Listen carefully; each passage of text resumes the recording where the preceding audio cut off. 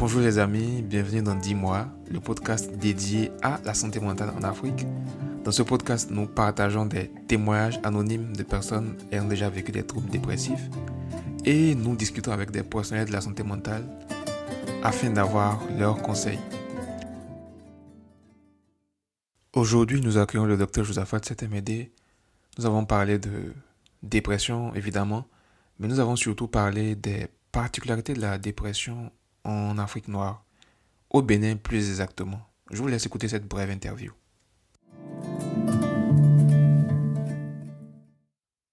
Bonjour Josaphat, bienvenue dans 10 mois. Je suis super content que tu aies accepté de venir et surtout que tu aies pu te libérer. Comment tu vas? Je vais très bien et toi? Ça va, ça va. Est-ce que tu pourrais D'accord. peut-être te présenter pour ceux qui nous écoutent? D'accord. Donc, je suis le docteur Josaphat Setemede. Je suis un médecin en spécialisation de psychiatrie à Cotonou au Bénin. Voilà. Alors, sans plus tarder, je vais te demander qu'est-ce que la dépression? On parle souvent de dépression, on commence à de plus en plus parler de santé mentale. Qu'est-ce que réellement la dépression? Comment est-ce que ça se manifeste?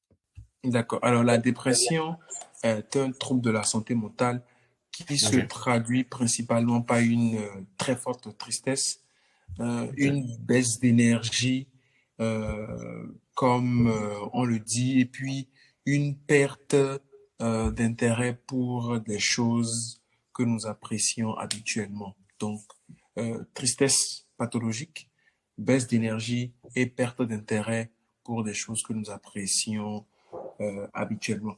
Mais pour les différents symptômes de la dépression, en réalité, ça dépend des individus. Mais généralement, nous avons plusieurs symptômes nous avons un ensemble de symptômes qui se retrouvent. Les premiers étant déjà des perturbations au niveau de l'humeur. Donc, nous avons l'humeur dépressive, c'est une tristesse très forte qui est quasi constante tout le long de la journée. Nous avons l'anédonie qui est la perte de plaisir pour les activités que nous faisions au préalable qui nous en procuraient. Il y a une certaine indifférence émotionnelle, il y a une certaine anxiété, une certaine angoisse par rapport à l'avenir. Nous avons au niveau des pensées certaines modifications comme des idées de culpabilité. Ça, c'est le fait de se faire plein de reproches, des idées de dévalorisation, donc de se dire qu'on ne va pas y arriver, qu'on est nul, qu'on va pas s'en sortir, et des idées d'incurabilité, par exemple. C'est croire qu'on ne va pas guérir. C'est quelque chose qui est vraiment caractéristique de la dépression. Associé à cela, au niveau des idées, on peut avoir des idées de mort ou et malheureusement, je dirais des idées suicidaires. Donc, c'est le fait de penser à se faire mal et c'est également une des caractéristiques de la dépression. Au niveau du comportement, au niveau des idées, toujours plutôt, je voulais dire, il y a le fait de ruminer, donc de penser au passé. Il y a le fait de très souvent ne se concentrer qu'une et une seule chose. Vous savez, la personne dépressive a à cœur d'aller mieux. Et comme elle ne va pas mieux, c'est une source de préoccupation qui est constante. Il peut y avoir des difficultés à être concentré, à avoir de l'attention. Dans les mouvements, justement, on est beaucoup plus lent. Donc, on a une tendance à rester au lit plus longtemps, soit à souffrir d'une insomnie ou bien à dormir pendant plus longtemps. On parle bas.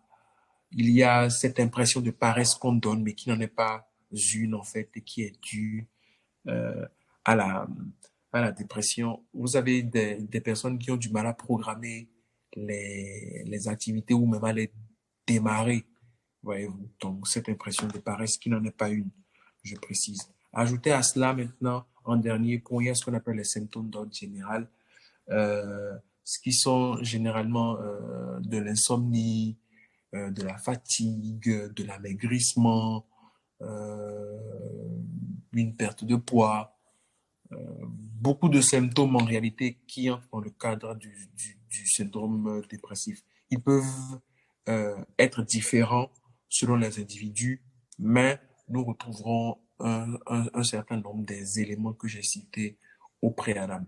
Mais principalement, il faudrait retenir une énorme tristesse, une perte de goût aux activités habituelles et une énorme lenteur dans les activités et dans la façon de penser. Voilà.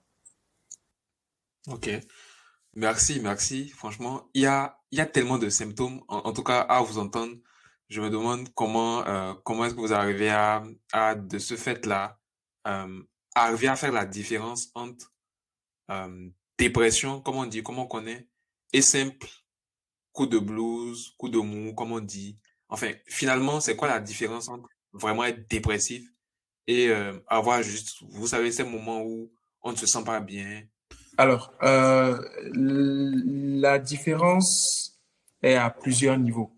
Ce qu'il faut noter, c'est que la dépression, il y a certaines caractéristiques qui sont spécifiques. Mhm. Déjà, il y a la durée. Donc, on parle de dépression lorsque vous avez une durée supérieure à 2 semaines, alors que généralement, coup de mou, coup de blues, c'est quelque chose qui est plus ou moins passager et ça peut vous prendre dans la journée et durer quelques heures ou durer quelques jours au mieux. Parce que on suppose qu'en une semaine ou en 2 semaines, vous auriez potentiellement de bonnes choses qui vous arriveraient et qui vous mettraient de meilleure humeur. Ça, c'est un premier point. Le deuxième point, c'est l'impact dans les différents domaines de la vie. Quand quelqu'un est dépressif, il n'est pas dépressif selon les contextes. Et il y a un impact dans sa vie amoureuse, dans sa vie professionnelle, dans ses loisirs, avec sa famille, dans tout en fait. Voilà que quelqu'un qui a un coup de mou, par exemple, allez, il est triste aujourd'hui ou pendant quelques jours, mais il continue à vivre d'une certaine façon. Il garde toujours les mêmes habitudes. Et puis, même si le ressenti est un peu désagréable, on va dire, c'est quelque chose qu'il connaît et qu'il sait passager. Voyez-vous. Et maintenant, le dernier point également, c'est dans la diversité des symptômes. Un coup de mou, c'est une légère tristesse qui disparaît au bout d'un certain temps. La dépression, c'est, c'est une grande partie des différents symptômes que j'ai cités là, qui sont très handicapants, voyez-vous, extrêmement Ok. handicapants, au point où l'individu remarque une différence entre un état avant et un état après. Alors qu'un coup de blues, allez, ça chatouille, et puis voilà, ça finit par glisser en fait, voyez-vous. Donc, c'est justement ça une des les principales différences. Donc, quand on reçoit un patient en consultation, on pose toutes ces questions-là pour se dire, est-ce un coup de mou, est-ce un coup de blues? Parce que tout le monde n'est pas malade. Souvent, on traverse certaines périodes et on vient très vite à l'hôpital en pensant que c'est quelque chose de grave alors qu'il n'en est rien. Et dans l'entretien psychiatrique, on arrive justement à faire la différence entre les deux et à poser le diagnostic ou non de dépression. Voilà. Ok. Merci. Toujours en parlant des symptômes, tout à l'heure, tu disais que les symptômes pouvaient varier, en tout cas d'un individu à un autre. Est-ce que les symptômes aussi peuvent varier selon, on va dire, le contexte? Je veux dire, est-ce qu'il y a des particularités, par exemple, dans la manifestation de la dépression au Bénin, par exemple? Oui, alors, il y a une différence de la manifestation de la dépression, tant je dirais au niveau de la race qu'au niveau de la tranche d'âge, tu vois. Oh, Parce ok. que la dépression ne se présente pas de la même façon chez un enfant ou chez une personne âgée. Et nous avons une caractéristique, je veux dire africaine, qui est la dépression du noir africain, comme on dit. Alors, la caractéristique de ce type de dépression, c'est qu'il y a une forte présence de ce qu'on appelle les signes généraux. Les signes généraux, c'est quoi? Euh, c'est c'est tout ce qui est insomnie, tout ce qui est fatigue, tout ce qui est perte d'appétit, tout ce qui est amaigrissement, baisse de la libido ou pas, tout ce qui est douleur généralisée, mal au ventre, mal à la poitrine, palpitations, euh, euh, euh, douleur, comme je l'avais déjà dit, avec généralement ce qu'on appelle des idées de persécution où l'individu n'arrive pas à identifier sa responsabilité dans ce qui lui arrive, mais il le projette sur d'autres personnes en croyant qu'elles sont parfois responsables de sa maladie. Et donc, lorsqu'on a quelqu'un qui présente ces différents symptômes, on a moins tout ce que j'ai cité un peu plus haut là, hein, tristesse, perte de plaisir, ce genre de choses là. Ce n'est pas que ça n'existe pas, mais on l'a moins. Et justement, dans ce contexte, nous, en tant que soignants, nous arrivons justement à comprendre que nous sommes peut-être dans le cadre d'une dépression chez le noir africain et nous savons mettre en place les différents soins pour que l'individu aille mieux. La psychiatrie a un aspect culturel qu'il faut prendre en compte et donc la maladie se présente de différentes façons selon les différents individus, selon les différentes races, les différentes cultures et les différentes tranches d'âge. Voilà. D'où l'importance d'aller à l'hôpital. D'où l'importance d'aller à l'hôpital. Ok, ok.